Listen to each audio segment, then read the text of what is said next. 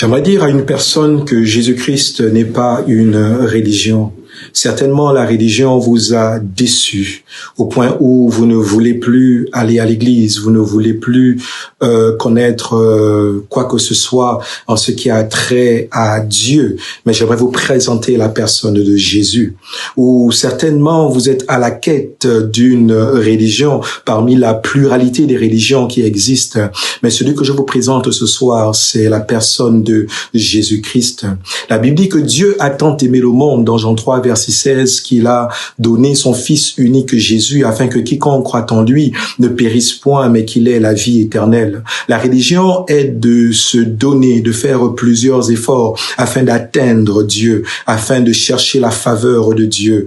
Mais Jésus-Christ, il ne demande pas de se donner, mais lui-même, il s'est donné comme don, comme sacrifice, une fois pour toutes, afin que toi et moi, nous soyons sauvés. C'est de ce Jésus dont j'aimerais te parler.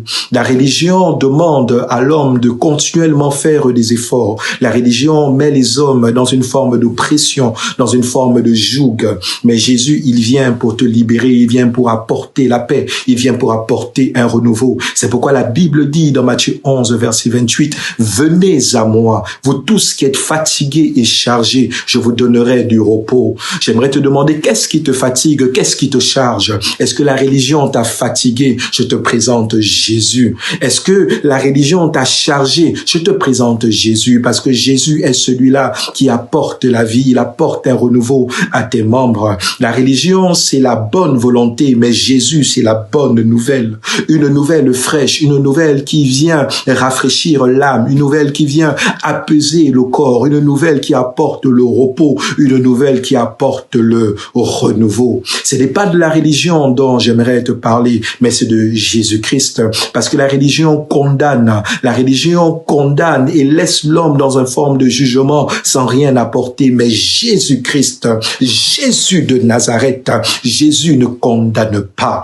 Jean 3, verset 17, il dit, Dieu en effet n'a pas envoyé son Fils dans le monde pour qu'il juge le monde, mais pour que le monde soit sauvé par lui. Jésus est venu pour te sauver. La religion ne transforme simplement ou apporte des paroles qui viennent simplement en surface, mais Jésus, il apporte une transformation qui vient de l'intérieur et qui se reflète vers l'extérieur. C'est ce Jésus-là que j'aimerais te parler, celui qui guérit les cœurs brisés, il soulage les opprimés. Là, Jésus de Nazareth est celui qui guérit, il est celui qui peut changer ta vie. Certainement, tu as plusieurs questions, mais j'aimerais te présenter celui qui a le chemin, celui qui peut te conduire et apporter la solution face à toutes ces interrogations. Je te présente Jésus. Il a dit dans Jean 14, verset 6, « Je suis le chemin, je suis la vérité, je suis la vie. » Il n'a pas dit « Je connais le chemin, je connais la vérité, je connais la vie », mais il a dit « Je suis le chemin ».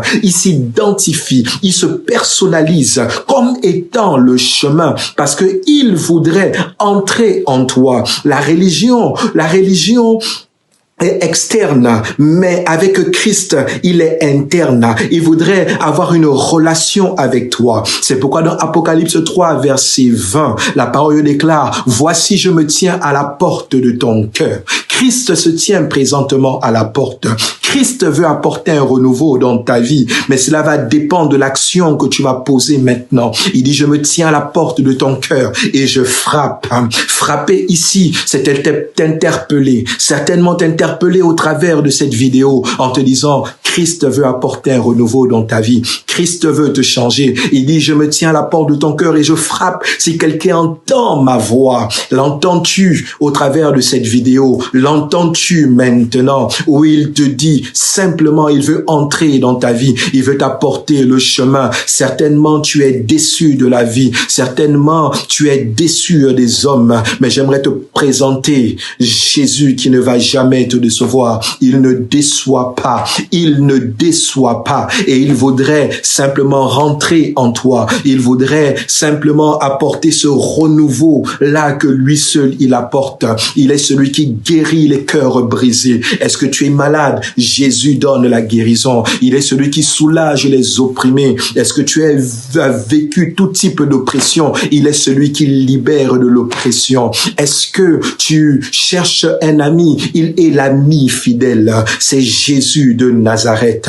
Et c'est pourquoi si tu veux l'accepter comme Seigneur et Sauveur, si tu veux vivre cette expérience que moi j'ai vécue, parce qu'il y a plusieurs années de cela, je l'ai accepté comme Seigneur et Sauveur. Et depuis ce jour, ma vie a totalement changé. Ma vie a totalement changé. Il m'a transformé. Il a fait de moi l'homme que je suis aujourd'hui, où je peux me tenir devant toi pour te présenter la personne de Jésus. Comme il m'a changé, il veut aussi te changer. Il veut aussi t'impacter. C'est pourquoi si tu veux simplement l'accepter comme Seigneur et Sauveur, je te demanderai de pouvoir fermer les yeux, de incliner ta tête et de faire cette prière avec moi où tu dis: Seigneur Jésus, je reconnais que j'ai péché, je reconnais que j'ai fait ce qui est mal à tes yeux, je reconnais que je me suis égaré, je reconnais que j'ai entrepris des mauvais chemins, des mauvaises voies, et c'est pourquoi je te demande pardon. Pardonne-moi, Seigneur, pour mes fautes, pour mes manquements, pour mes péchés en parole, en action et en omission. Et je réclame ton sang maintenant. Simplement, Seigneur, je t'accepte comme Seigneur et Sauveur. Entre dans ma vie, utilise moi, apporte cette vie-là dont j'ai besoin, apporte la paix dans mon cœur, viens me soulager de mes problèmes, viens me soulager de ma misère. Je t'aime, mon Jésus.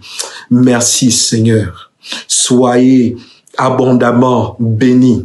Que la paix du Seigneur, qui surpasse toute intelligence, puisse garder vos pensées en Jésus-Christ. Soyez bénis.